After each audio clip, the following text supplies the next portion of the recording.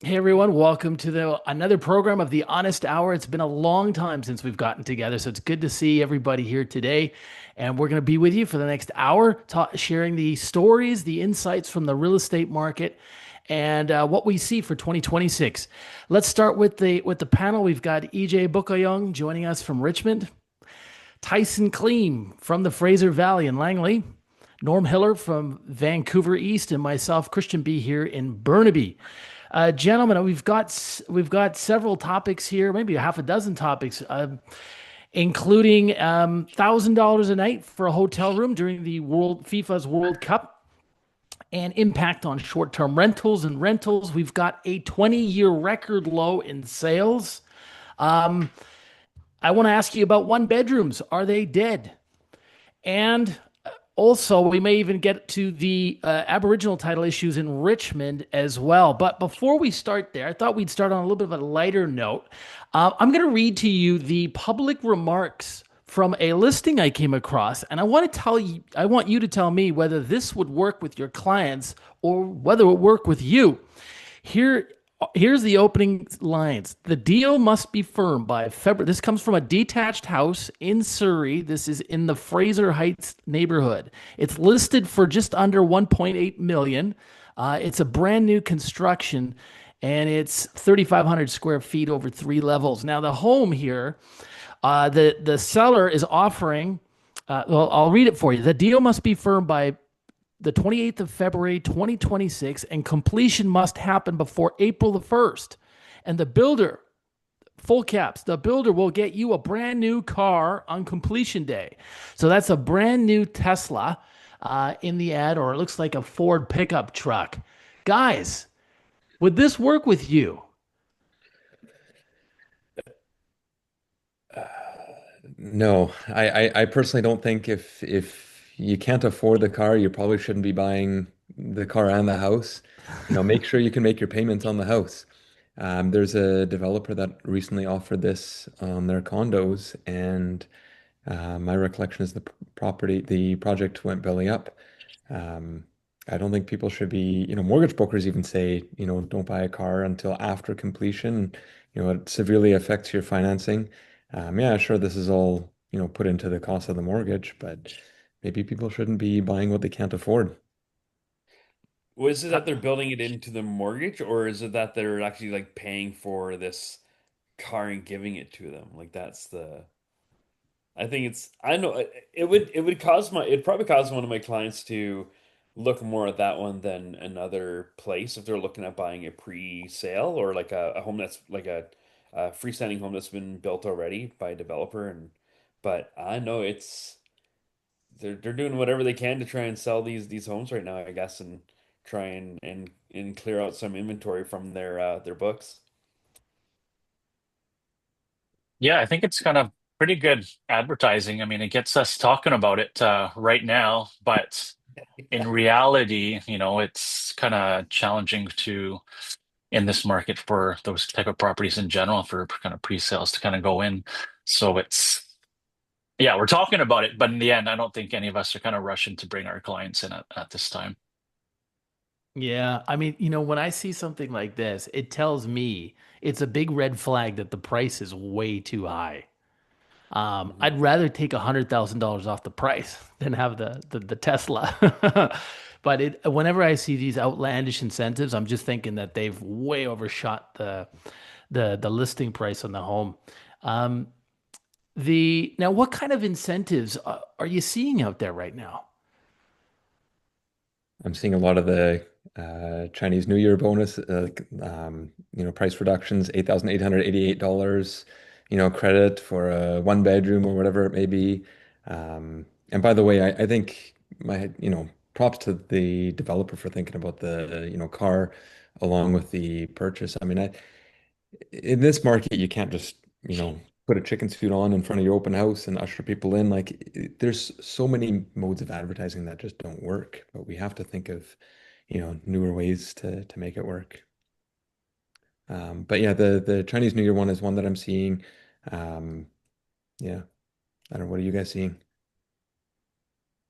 Tyson, or what are you seeing out there in the Fraser Valley? Oh man, I'm getting all sorts of emails coming through my inbox. A lot of times I'm just it's a little overwhelming when you see the amount of different incentives that are being thrown out. I've seen anything from big deductions off of their original list price, which, it's is that really is that just kind of pomp and circumstance or not? I've seen vacations where they're willing to pay for a vacation for you to go, so somewhere for up to this much or whatnot. Yeah, there's been yeah, all sorts of different things out there, but I don't think it's working as much. And I just think in this kind of season, it's when there's tension or where it's tough to sell, it's like an innovate or die kind of scenario. And I think right now you have marketers and developers trying to innovate and think of innovative ways to sell their properties, which is good. Like I think this stuff kind of helps, and competition in the industry really helps with it. But yeah, I don't know, EJ, what are you seeing when it comes to incentives or Yeah, honestly, I haven't been really looking out too much for some of these kind of pre-sales. Haven't been really much of a pre-sale person with my kind of clients, nor have my clients been kind of reaching out for these type of kind of properties. But I know before, during the hot market, you go in, the list price is the list price, and you just got to go sign that document if you wanted to pre-sell. And now I've kind of heard that, you go in there, they're willing to negotiate and try to make something kind of happen. So it's kind of a better market to go in there as a buyer for kind of pre-sales, but still with the additional costs of like GST and so on, and still waiting for a few years. And with some of these pre-sales developments not even happening, um, it's just not too enticing still at the moment. yeah, Christian, I'm seeing some of those things where it's like if you complete by this date, or like there was some project in Surrey where they're trying to fast track some sales, and they're like if you buy by this date, then you'll get this, like you get something like 30% off or 25% off of the offering price, which but then I don't think they were able to hit their quota what they had, because then I heard that project then they canceled it. And so that's the thing when I start seeing big incentives like this, like a Tesla, or you're getting a free car, it's going, okay, well, the developer's about to pull the plug and they're trying to think of other ways to try and get the financing they need in order to put shovels in the ground. I don't know, but it's Yeah, I interesting. think I think you're seeing a lot of pre-sales offer incentives that I mean, I guess just deep discounting on the price, right? And some of that's put out more in social media. We some often get an email blast where they'll say, $25,000 off or 50K off this weekend if you buy it by Yeah, Sunday midnight. You yeah, know, the other incentive that I've seen is no strata fees for a couple of years. that's right. So, and the Yeah. developer eats those costs. But I don't know. Like, and I guess this is maybe my last question on this topic, or second last. What do these kinds of incentives actually move buyers? Norm? I think there's a time and a place. I think sometimes it could work. Like for the Tesla one, like I should be more positive when I talk on here. I do think that, most of my clients who move out to Wasson or Ladner, if they don't have an EV car, they're most likely within the next year buying an EV car to be able to use the HOV lane. So I do think in some areas it might make sense to, put a vehicle like that into the cost of the mortgage somehow, or, have that as a, decorating allowance, or however they call it. I do think that there are places where it's more suitable than others, especially if people can afford the vehicle anyways or are looking to upgrade vehicles. So I think some of these do work or can work. And I think it's great for these developers to be innovative, but maybe to have a few different types of promotions per property, then people can kind of pick what suits them better. Yeah, otherwise it might just be a pure reduction on price if that's what it takes. So yeah, I think they Yeah. can work at times, but I think the average person probably wants a better price point to afford that home. EJ, if your client asked you, look, I said I got a Benz in the garage. I'll sell I want to sell the house, and whoever buys it gets the Benz. Would you like? What do you think of this kind of marketing? Would you tell them to do it, or would you talk them out of it? Yeah, like you kind of mentioned, it's if you have to kind of have the Mercedes to market the place, it's like what are you kind of hiding, right? You think, right? It's not really. I wouldn't recommend it kind of at all. You kind of really want to showcase what you're actually kind of selling. And yeah, I just wouldn't want to put anything else out there to try to deter people to um, come see the place, right? I don't think it's the best way to marketplace, especially for a resale property if they were to kind of do that. That just seems kind of pretty strange. Sure, sure. Gents, let's move along. Um, as everybody in this city knows, the World Cup is rolling into town in June, and the FIFA circus and entourage is in suit. Uh, a simple Google search here for a week of dates, if you're staying in a hotel room, will show you that prices are hitting $1,000 a night. This is a real pinch if you got family or friends that are coming into the city.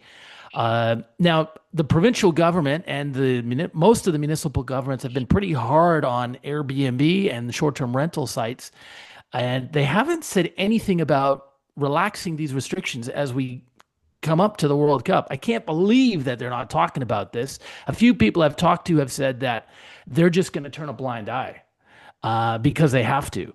I had a client who called me and said he just received a phone call and was offered $25,000 for his condo for 1 month to rent it out for 1 month.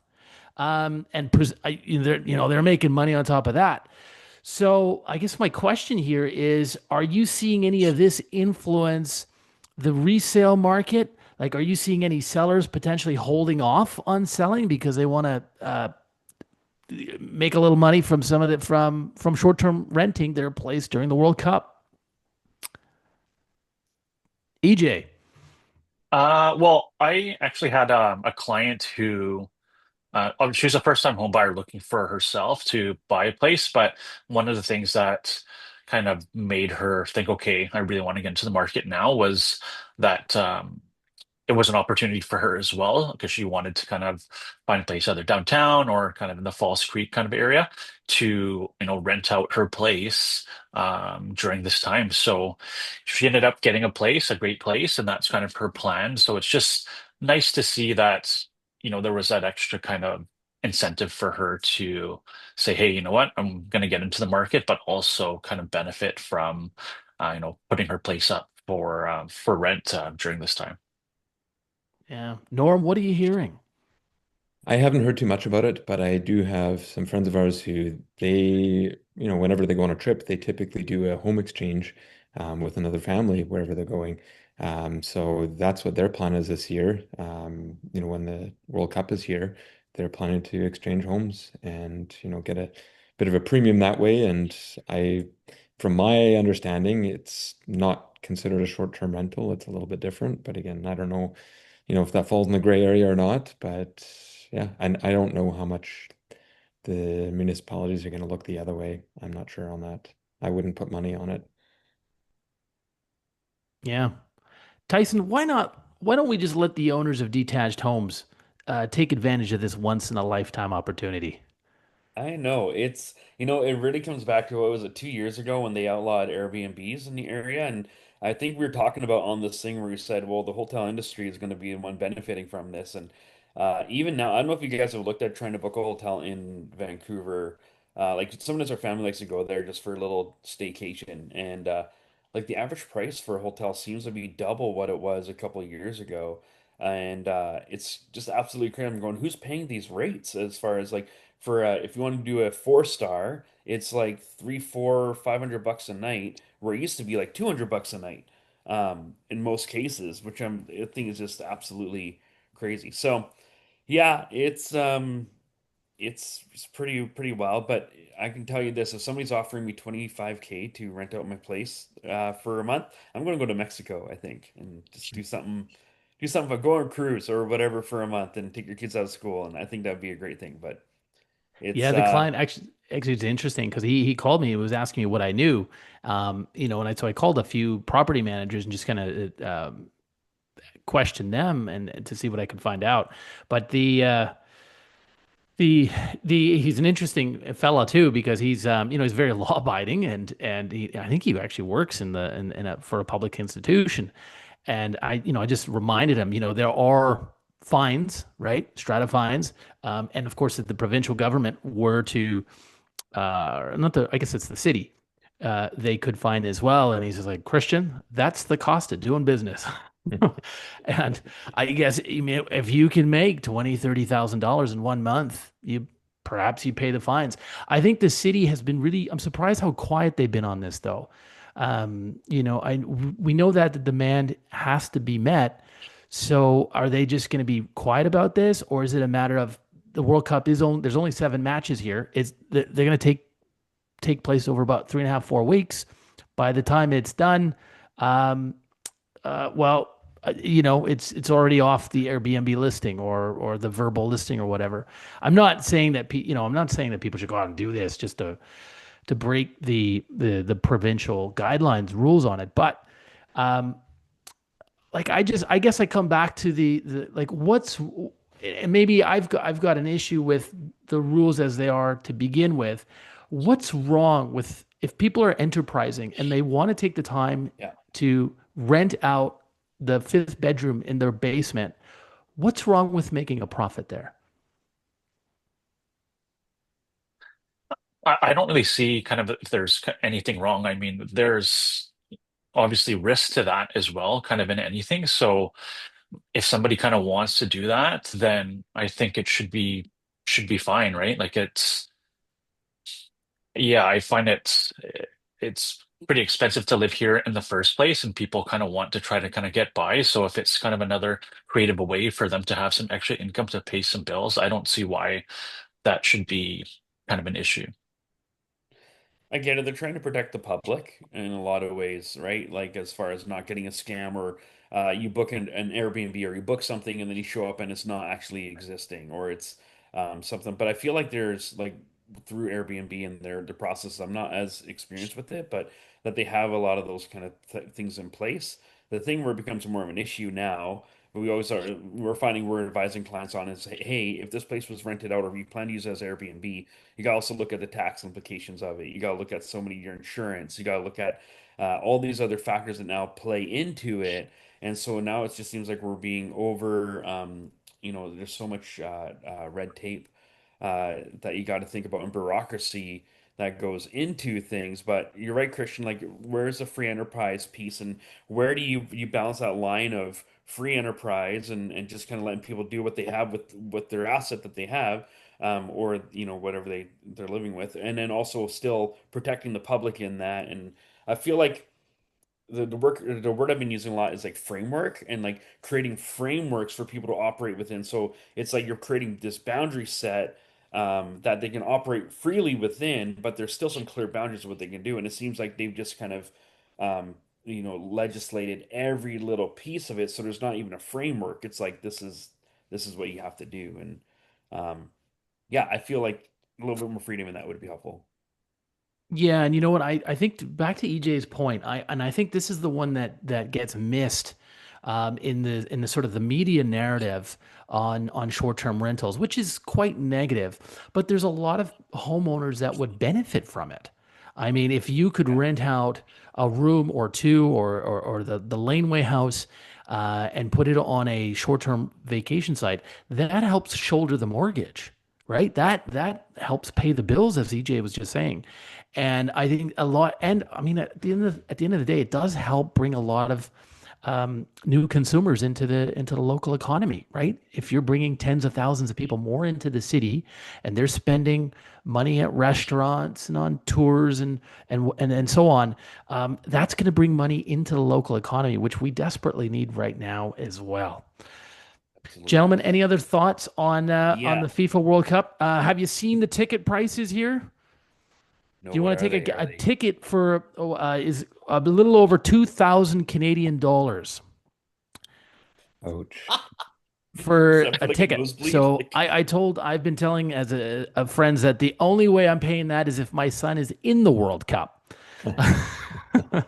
Yeah. But no, Okay. let's move Can I on. ask Let's you? Can move. I ask you a question? Can I ask you a question about this, or just about the World Cup? Sure. Is what when Expo people always look back to Expo being after that there was a big real estate boom. The Olympics they would probably say similar in that people are coming in, they're falling in love with Vancouver, they're falling in love with the area, and therefore they want to move here.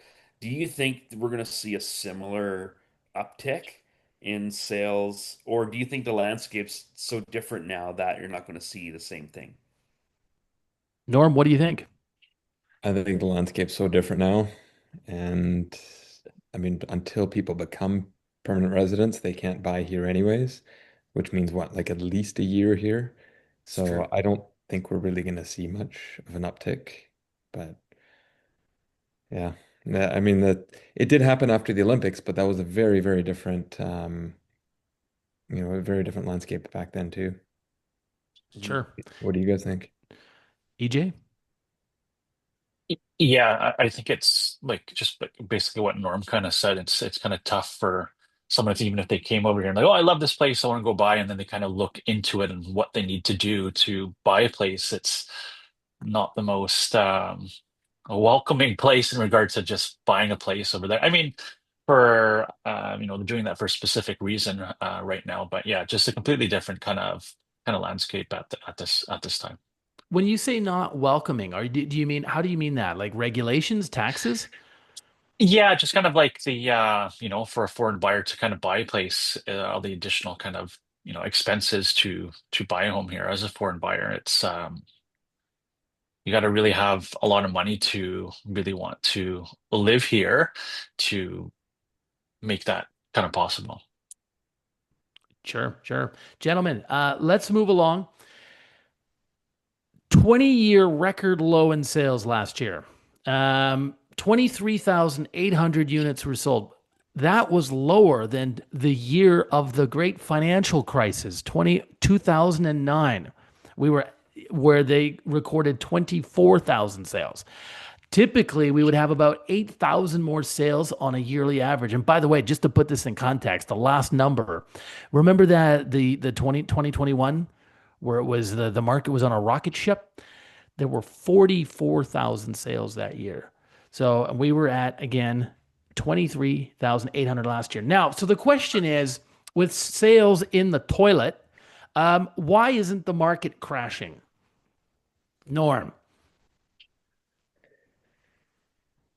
I think there's a lot of different aspects of it. I mean, I think some people they would be selling at a loss if they sold now.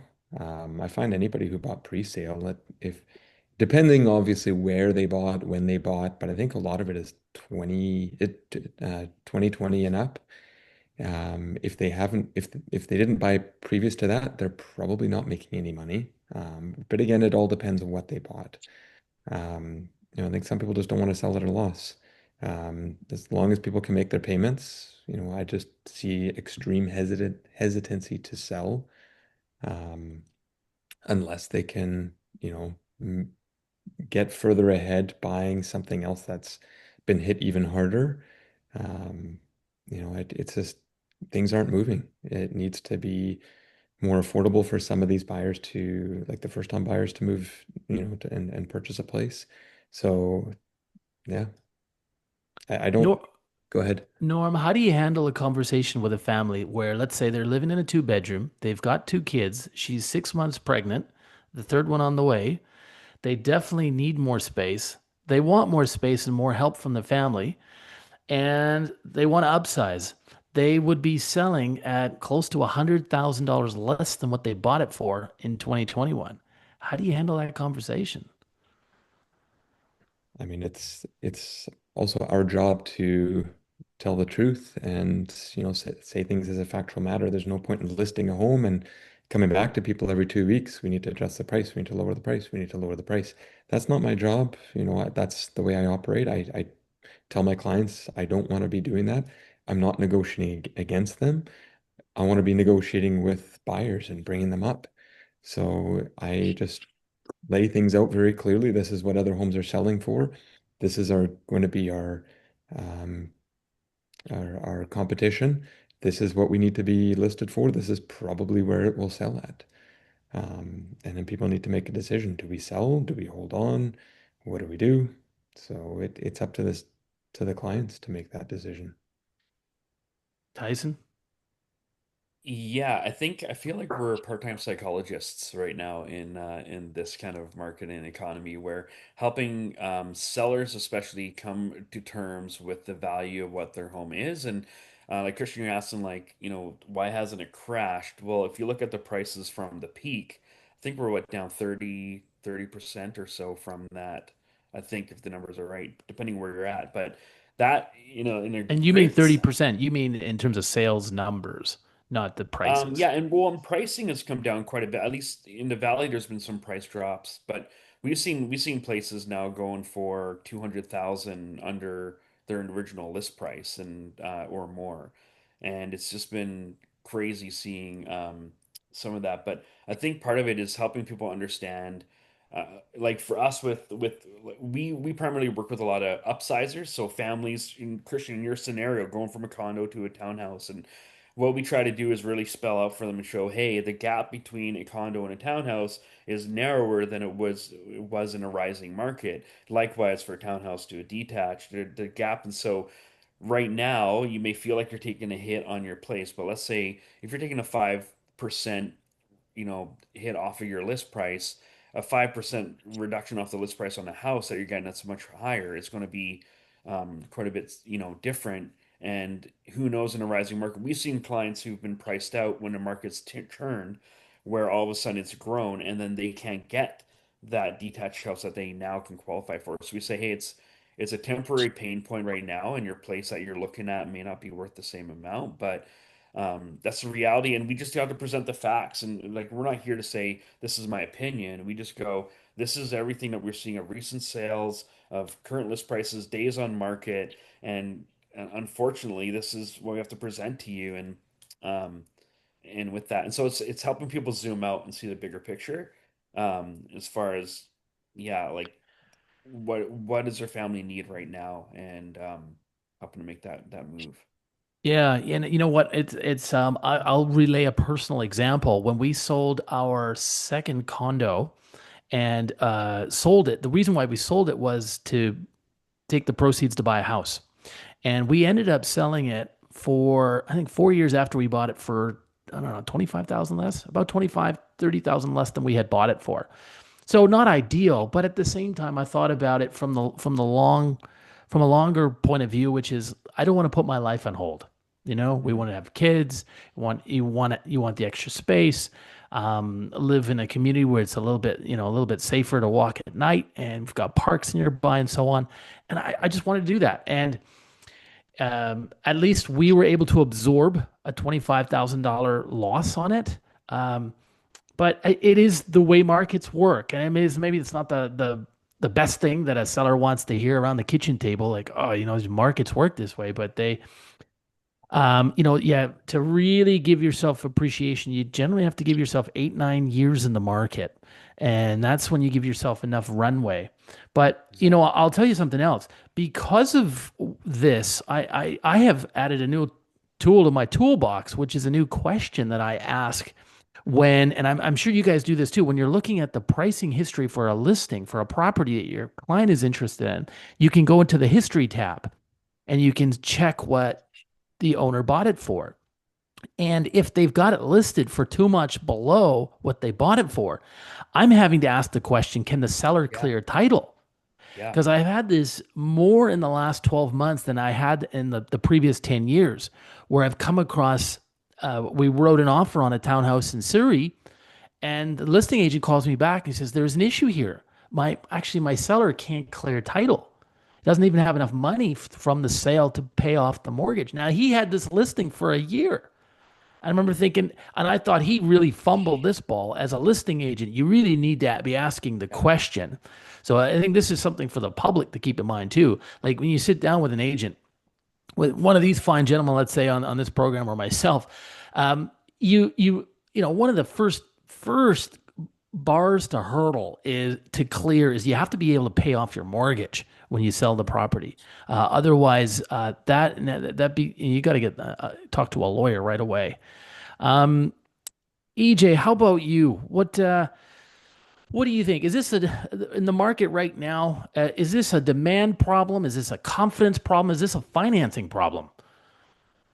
Yeah, this market's just an interesting one. It's obviously it's a lot of the real estate market is kind of sentiment based. So with all the headlines every month of like, oh, another slow month and then sales, 20-year lows. it's kind of tough for people to say, okay, I want to buy in this type of market because similar to kind of stocks, when it's kind of going down, people are like, well, I don't want to buy it. And then once that stock keeps starts reversing, starts going up, people are like, I got to get in, right? So it's Yeah. a weird FOMO. kind of mindset that way. Uh, in regard to that question that you posed with the that family who's looking to moving up, this market, in my opinion, is kind of a really good move up market because, Yeah. as kind of Tyson kind of mentioned, you may get 5 to 10% below what you would have gotten at the peak, but um, oftentimes the next place that they're looking for is a similar 5 to 10%. Obviously, that's not for every single property, but it's a good kind of market to kind of move up that way. And then what I've also kind of told some of my clients as well is I've done a lot of kind of renovations and some flips as well, and we've got a bunch of contacts that way. Is that if you've got a great looking place and it shows very well, and you're looking at doing some kind of work and wanting to move up, then a lot of these places that are in original condition that have been sitting on the market for a while, those places are sitting even longer than before in the previous market. So it could be a good opportunity to get a place, fix it up, because those types of places are really sitting on the market these days. Just on that, EJ, when you say this is a good time to be moving up, do you mean that it's buyers can negotiate hard on the price? Yeah, it's kind of in general. This is the time to, throw those offers out there. You can kind of even see in some of these listings that we have when you talk to the listing agent, they the seller has actually disclosed to them, hey, we're motivated to sell. Send an offer in, and we'll see what we can kind of do. And typically in the last kind of 10 years, it's never really like that. So it's nice to kind of see that's kind of changed. It's just tough for buyers right now because I think I've had a lot of conversations, and some of the buyers are just trying to say, "Oh, I think we might want to wait it out because Yeah. it may kind of come down." And I totally think that's fine. It's just tough because they kind of ask. I'm sure you guys had the same conversations. They're like, "Okay, when do you think is going to be at the bottom? When's a good time?" And the truth is, we don't really know. We just know based on the stats that it's really slow out there, and it could be a good kind of opportunity. But I always kind of tell my kind of clients, and this is even going back to a few years ago when we were kind of chatting, is I tell my clients, just look at your finances, right? If you can make it work, then it may be a good time, right? You can never time the bottom or time the top. So if it makes financial sense for you guys to make the move, then it may be a good time. Norm, are we at the bottom? I think most people get where the market's at, especially if you tell them a few stories. Sellers, I find, are pretty quick to understand the market. And then you ask the question, why has it not crashed? I mean, you might be right that it hasn't completely crashed. Like it's not like the sky is falling. But even if you look at just BC assessment value, I find most places that are priced more accurately now are listed at less than BC assessment, never mind where they're selling at. And I get it that these are numbers from last July, like July 2025, but even those numbers till now, people are listing at lower than assessment, never mind selling at. And pretty much any year in the past that I've been in business, places are selling at higher than BC assessment value. And again, it does vary from location to location, but that's a very rough rule of thumb. And, it's pretty surprising to see. So it has come down quite a bit. Tyson, if your buyer clients they see a nice townhouse listed for $1 million and they say, "Hey, why don't we throw an offer in for 840?" What are your thoughts? Yeah, I always my clients ask me that question all the time. They're going, "Well, can we just like?" I say, "Well, we have to also be able to." There's so many things that go into an offer, and I say you do have to justify what is a market value for the place. You can't just go off of because you ate a bad burrito, then you want to put in a really lower offer or something like that. But case in point, and I think this is really talking to sellers right now, like the importance of pricing well. I have clients right now who are eyeing up a property and it's really nice, but it's at 1.8 and originally it was listed for 2.1. and it's sat on the market and sat and in an area where those homes, a home like that would probably sell for 1.95 or so. But because I think the sellers got a little bit of greedy, or they just hadn't come to the reality of the situation of where the market's at, they price high, but now they're chasing, they call it, it's like kind of catching a falling knife, um, is where it's dropping. And I told my clients, I said, hey, like, we should jump on this because had they had priced at 1.95, and originally when they listed it, they probably would have sold it at that price, but now they're 150,000 lower because of that strategy. And so, yeah, it's a great opportunity for buyers to take advantage and to be able to write lower, but just to arbitrarily lowball, I think an agent's probably going to ask you, "Hey, where are you getting that price from?" Like that's what I ask agents all the time. If they throw us a low ball, I say, "Hey, can you justify this? Like, is there comparable, or is there something that's showing me out there why you're coming at this price?" And they say, no, it's just we just felt like it." I go, "Okay, well, sorry. Come back with a like an actual serious offer." EJ, how are you handling negotiations in this market? Whether you're representing the seller or the buyer, is there something you prep the seller with, and say, look, here's what you can expect? Is there something you do for the buyer in the same way? Yeah, I mean, if you kind of switch it up to the seller kind of first, you kind of have to give them a bit of a range, right? Because even the comparable sales, they're so different, right? Like the recent sales from 3 months ago are different from what they were 6 months ago than what they were 9 months ago. So you kind of give them a range of, okay, we think it's going to sell between this amount, but I always kind of say in the end, it's kind of what a buyer is kind of willing to pay. A seller never has to sign what a buyer is willing to offer, but they do have to kind of be prepared that in the slower market, we may not get what we're kind of looking for. List price is just the asking price. In the end, it's just what buyers are kind of willing to pay. Um, Another thing is that although sometimes you kind of want to start higher just to say, hey, let's try to get it at this price, you really have to kind of look at the other places that are on the market. Sometimes you may want to go and put it up for an extra 5%, 10%, or whatever it is, just because, well, okay, we'll try. But then in that price point, there could be like 50 or 60 other properties that are kind of in the mix, and you're just not even part of it right now. So it's a definitely a bit tricky in this market, but you just really got to prepare that seller that, if you really are looking to sell, you may really have to kind of, see what the market's kind of giving you that feedback. And then as you are on the market for 15, 30 days, 45 days, and so on, most of the time it's just price in this market that you're going to Yeah, have to adjust. the race to the bottom, right?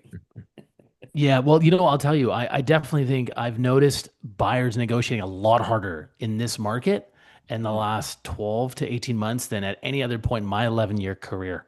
And I mean, you'll see something listed for 799 and the buyer's like, "Hey, let's go at 670. Let's see, and so I'll kind of talk them through it, and I have to make sure I don't piss off the listing agent if we're going to Yeah, lowball them like that, and then justify it as you guys were saying, via comparables or comparables across the street, and then keep the lines of communication open. And lo and behold, like we've been successful in getting like 50, $60,000 off list prices in less than 24 hours.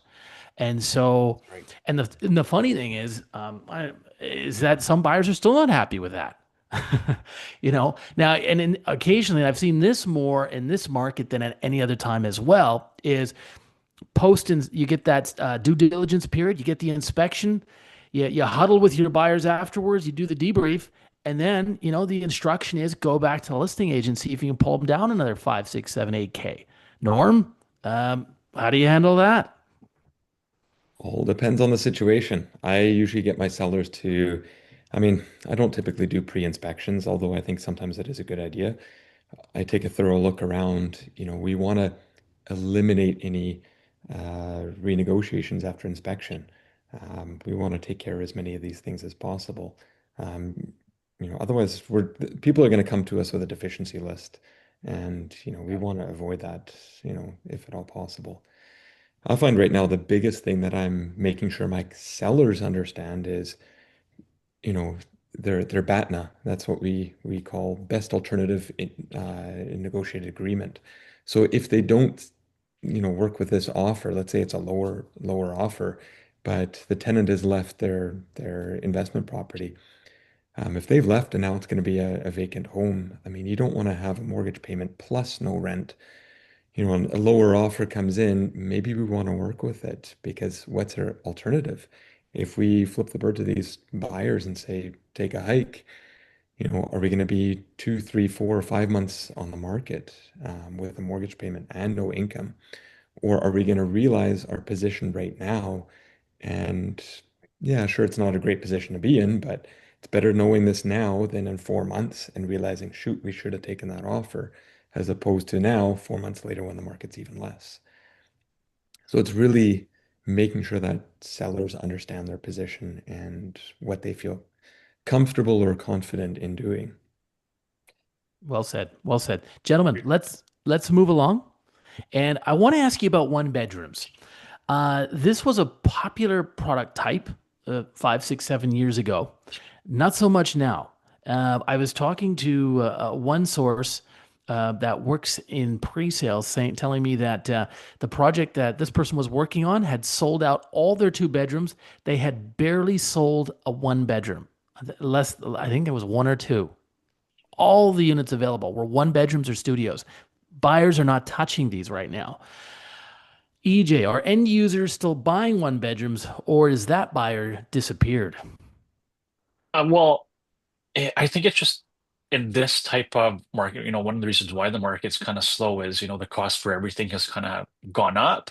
And, I think to get the market kind of going, you need that kind of first time home buyer to want to make that first move to buy a place. And then by buying that one bedroom, that person who lived there, that seller is going to buy the two bedroom or move to a townhouse and kind of gets the real estate market kind of moving. But with this economy and with it not doing so great, that first time home buyer is having a hard time making that move to want to jump into the market. So definitely I've seen kind of a decrease with kind of first time home buyers just because they're just like, you know what?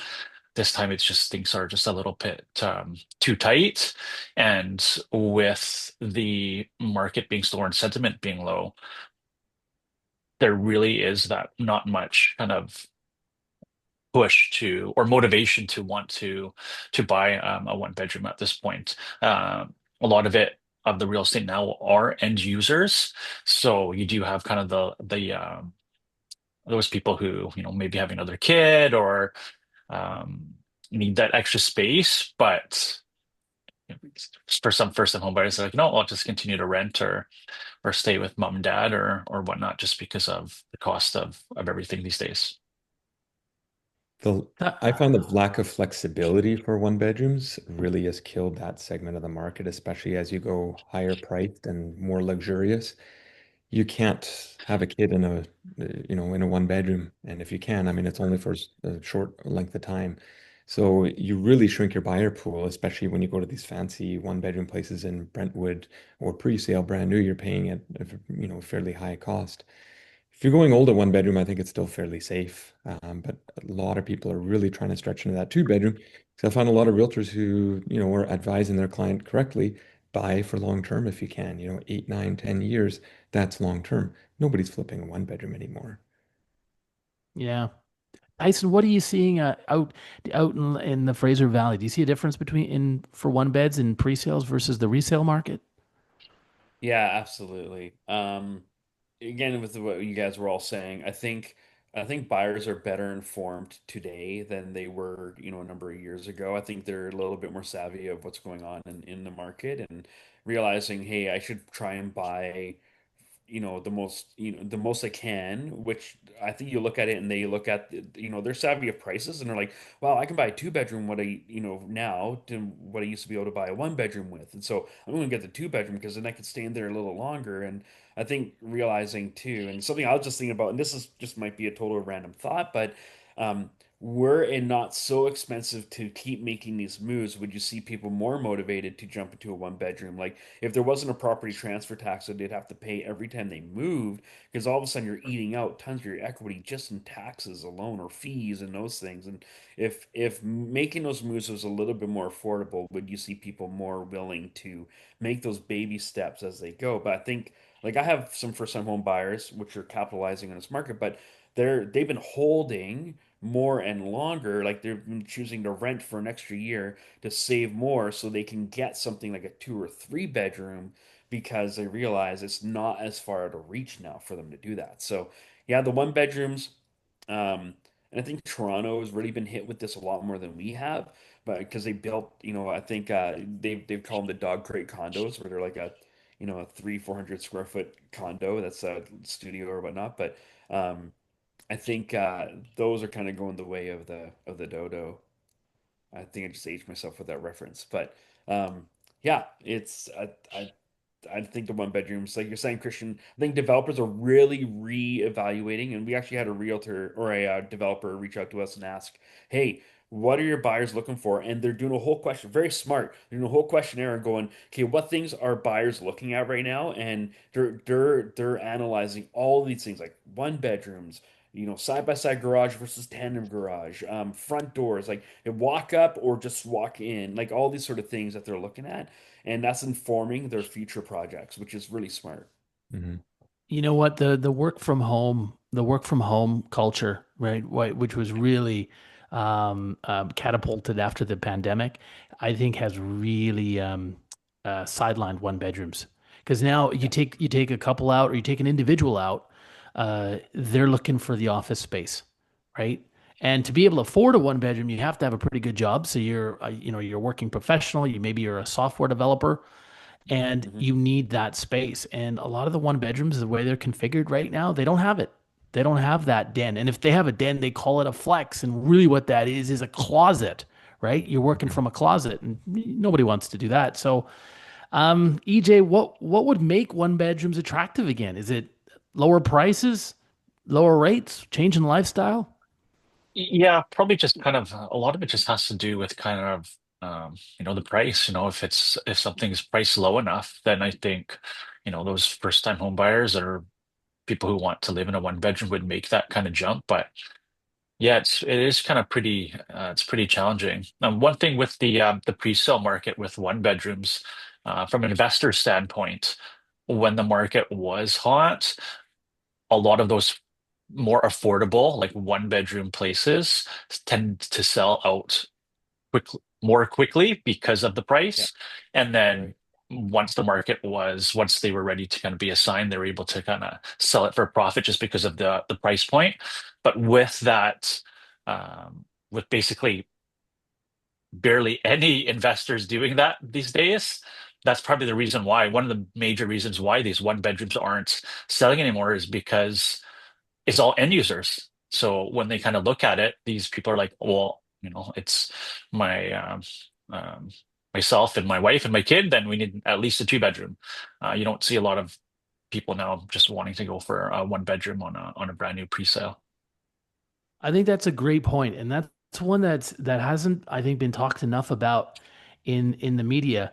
Is that a lot of these presale projects, when they're launched, the developers have to reach 60% sales targets so that they qualify for the construction loan.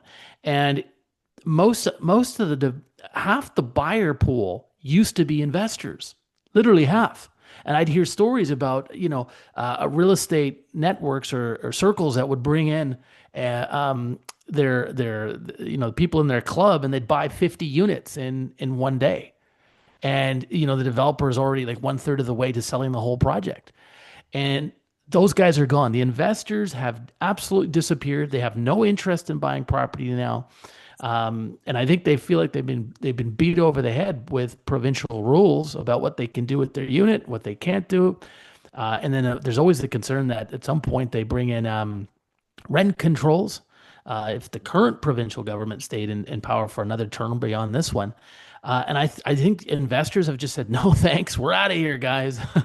And now you can't get these buildings built. There's not enough buyers for them. And it's not a problem right now because it's a slow market, but 5 years from now, it might be a really big problem. Any thoughts on that, Norm? Yeah, I mean, I'm not going to mention specific projects, but I was at a project with a client and, um, you know, two kind of alarming things. One, the biggest thing was they had only sold about 20%.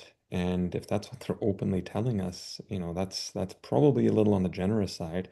And they said, well, not to worry, we have 18 more months of sales. Well, in your flyer, it says estimated completion 18 months. So they're already anticipating not selling everything for another 12 to 18 months and then the shovel hitting the ground. So it's going to be severely delayed. And in these one bedrooms, which have lost all appeal, you're looking at the kitchen, and I mean, there's no drawers, everything's doors. It's cheaper, but it's less of a usable home. And then some of their upgrade features, it's incredibly expensive. My client didn't end up buying, and I don't blame her. I think she's just gonna hold out. So I think, yeah, I personally think if a developer hasn't sold enough, I'm steering my client to make an informed decision, maybe buy elsewhere at a project that has sold more or buy resale. It's way lower risk. Sure. Christian, I think you mentioned this before in a previous podcast that we did is the Australian model, and I know they're talking about lifting the foreign buyer ban or retweaking how it looks and doing that only foreign buyers can buy pre-sale. They can't buy resale units. If they want to park their money here, that's one way they can do it, and that can help fund those things. And so I think that David Eby was talking about they're exploring that model. The Australian model is what you called it. And I think you're the one who introduced me to that concept. But I think that's a smart route that we're going to have to go. And I think they're already seeing that, and developers are already raising the alarm. And like, no new shovels are going in the ground with projects. Anything that's been new has been purpose-built rental, but I think they're going to oversaturate that market. So even for an investor standpoint, it doesn't make sense because if I'm looking to get into the industry as an investor. Um, it's something where you go, okay, well, if there's all this purpose-built rental out there that's saturated the rental market, then why would I buy an investment property? Because it's not going to make sense. So that's, I think, the only way that they're going to be able to do it is, not that foreign buyers were the ones that were really driving the market. I think when they came up with the data of it wasn't as massive as they thought. Um, but I think that will help stimulate things were you to do that Australian model that you had mentioned. Yeah, yeah. Gentlemen, let's move to our final topic today. The mortgage renewals in 2026 are expected to peak. 1.2 million Canadians have mortgages that will renew this year, and many of them got mortgages at rock bottom rates in 2021. As an example, I remember one client, lovely couple, getting a mortgage in June of 2021. This is just 3 months after the province of BC the closed down during the pandemic and you couldn't go out and to restaurants and so on. They got a mortgage at 1.69% at RBC. That obviously will expire as of June this year. And they're not the only ones. There's a lot of other people now may not have gotten them that cheap, but would have gotten 2.5% mortgages through 2021. Uh, Question for you: are your clients shocked by the next payment? Are these discussions that you're having when you're sitting down with them? Are you seeing a lot of people being forced into selling when their renewals hit? Tyson. Um, I don't know if they're being forced into it, but I think it's definitely motivating them now to make a move because they're going to go and okay, my mortgage is up here in a couple months.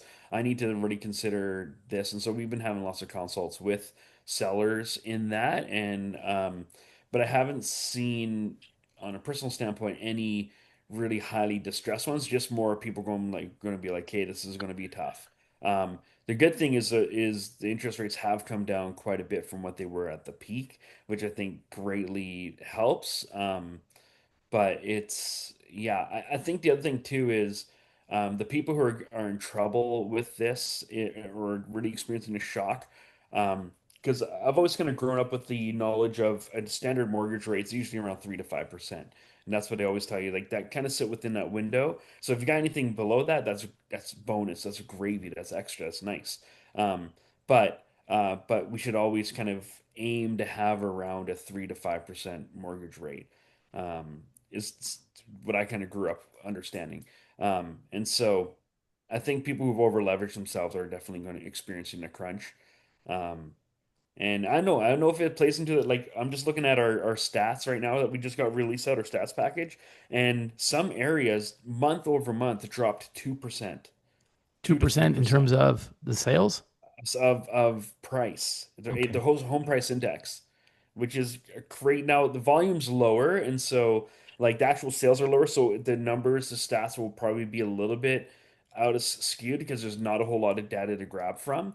Um, but when I look at that and go, man, there's like consistently it's been 1% drop month over month here in the Fraser Valley, and when I looked this last one in January, it was like 3% in some areas. It's crazy to think Yeah. of that drop. Yeah.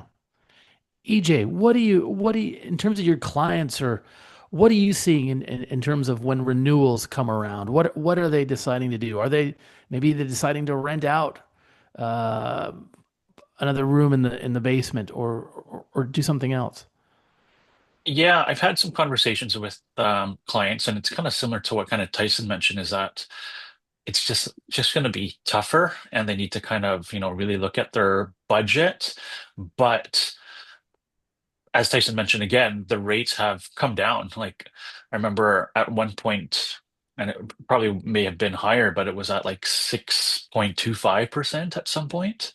Um, and I think if we were in that situation, it would be um, a lot worse. But since they're, what are they hovering now? Around like 4%, just under or just over. It's not that bad of an adjustment. It's just the point where people are who are already starting to see how expensive it is and how more expensive things are, that they are just, looking at their monthly budget and really trying to make the numbers work. But I haven't really seen too many distressed sellers, but more so, or people just in general, but more so of them just kind of, yeah, looking at their finances. Personally, for myself, we've got an investment property. We renewed. Actually, we had a property that was at like 1.9% an investment property, and we renewed maybe a few months ago. Um, and we're still kind of cash flowing based on the new rates, but we got in at a good price, so that was okay. And then even for ourselves, we bought our place, our principal residence, our house, 2020, what's that, 2024, and 2024, and right, the rates were still kind of quite high, and we've just kind of got used to the rates and just kind of adjusted. So, I'm not really seeing in general just too many distressed people out there. Just yeah, people looking at their monthly budget and just kind of adjusting. Mhm. Sure, sure. Norm, do you see any renewals pushing listings onto the market or I increasing the haven't rental supply? I haven't seen anything yet. I haven't had any worry from any clients of mine yet, which is really good.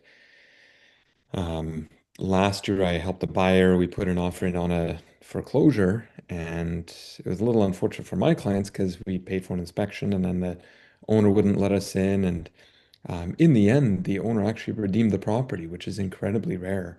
But I mean, good for them. They didn't have to give up their home. They redeemed it. So it didn't end up going to court. They just redeemed the property again, paid everything off. Um, but foreclosures are definitely up. Those numbers are definitely up quite a bit. I don't know the exact percentage. But luckily, I haven't had any difficult conversations with clients about, them not being able to make payments or anything like that. So yeah, I'm happy for them that way. Guys, and maybe for someone watching who is going to see their payment spike 20%, because that's what the sort of the averages online are suggesting. So that's someone who, let's say, has a $3,500 a monthly payment now, that would jump by $700 to $4,200 a month. Not unbearable, like EJ is saying, maybe doable, but it's still not. you'd like to save the $700, obviously. What are some of the other tools in the toolbox for homeowners that they can that like options that they have Yeah. when the renewals come around? Like the one I'm thinking about is, of course, going taking your mortgage to another bank. It does come with costs, but you can re-amortize the mortgage out to 30 years, and Yeah. you can bring down that monthly payment quite a bit. So that's one tool in the toolbox. I don't know if Yeah. you've there's obviously renting parts of your principal residence if you live in a detached house, especially. Anything else you've come across?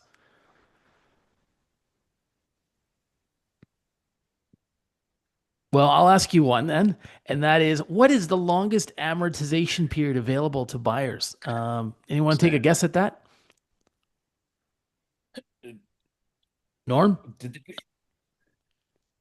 Now you're putting me on the spot. I don't want, I'm second guessing did I myself. see a 35 floated out there? That's a Was that nice. for a That's what I thought. I pre-sale? thought it Uh, was 35. I thought it You are was. So, correct. EJ, Yeah. yeah. Tyson, you're correct. Here's actually B lenders will offer a 35-year amortization. Now, it is with a slightly higher interest rate. It goes up into the four and a halfs. So you're probably paying 50 to 75 basis points more if you can meet all their qualifications. But yes, you can actually get a 35-year amortization. I did not know that. I thought it was only a 30, it was I capped at think 30 years.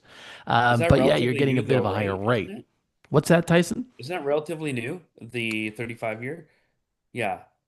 Yeah, I don't know That's the policy. I don't know the ins and outs of it, but I did have a conversation with a mortgage broker about the different options that are available to folks. So that's one way someone yeah. could really drop the monthly payments if they were in the if they have a case of the shorts. That's where you're Gents, going to see no principal pay down at all happen in those that 5 year term or whatever it is. But that's if it's you got to make do and you got to make do and that's what it's doing. But apparently, but in Harper's era, like when Stephen Harper was prime minister, they had 40 year term or 40 year amortizations, which they reduced down to 30, right? Like, but well, crazy. there's some countries out there. I don't recall which ones, but they allow much longer, 45 and 50-year amortizations. Yeah. So it must make home owning a home a lot more affordable out there. Um, if they're doing it for the right reasons. If they're doing it to compensate for because everything's overpriced, that's maybe not a good way to handle it. But guys, I think we've come up to the hour mark. So anything else before we jump off here that maybe it's come across your front desk or just caught your interest, you might want to just throw out there.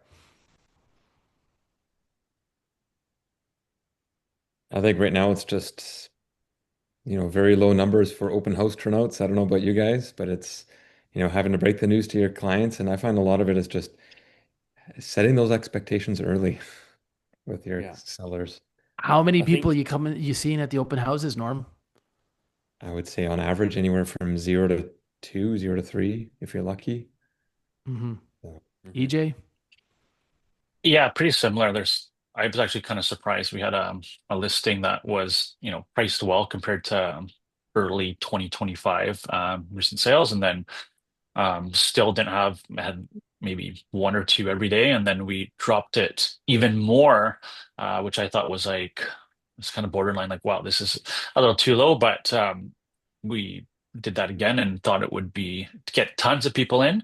The place ended up selling for kind of the full ask, but I was kind of pretty surprised that wasn't as much of a turnout that we thought we were going to get. Tyson, how about you? What's the open house traffic like in Langley?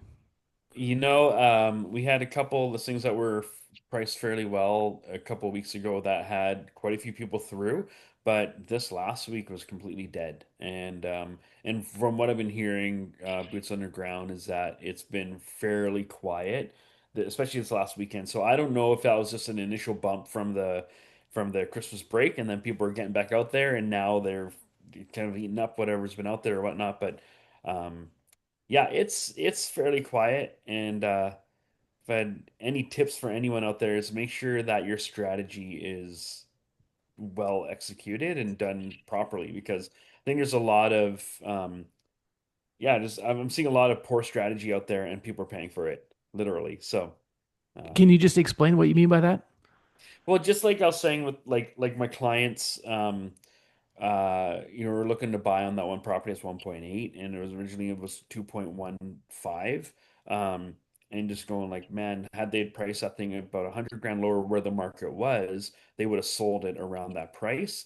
And so now it's costing them, or even just your approach of how you, approach an offer on a property or what you list at, making sure your list price is right within that realm of market, even it may be a little bit lower. And because I think in Langley, what was it, about a month or two ago, there was something like 500 condos on market in Langley. And so we had clients who were wanting to list their place, and they wanted to place it, a little bit above their market. I said, well, you're going to be here. Here's, 200 condos that are just like yours. So you want to be in, how are you going to stand out from this one? It's either got to be really good renovations or something that makes it stand out, or the other tool in the belt is price. So if you make yours the most attractive one on the market, because otherwise people are going to see is 200 and go, I'm just going to go for the cheaper one. Um, or the one with immaculate finishings, and that's yeah, Yeah, I'm sure it's they were excited to hear where yeah, there's 200 just like yours out on the market. Tyson, It's I think they hard. wanted you to offer up your car to the buyer. Throw in a yeah. car. I'll sell my car with the listing, guys. It's tough pickings right now. Take the paintings off the wall. It's all getting thrown in. Gentlemen, guys, good to see you. Good to be back. For anyone out there viewing, if you want to contact any one of the gentlemen here, Norm, EJ, Tyson, or myself, you'll find their contact in the show notes just below. And thanks for being with us, guys. Thank you for being with me and for being together here today. And look forward to jumping on the next call with you.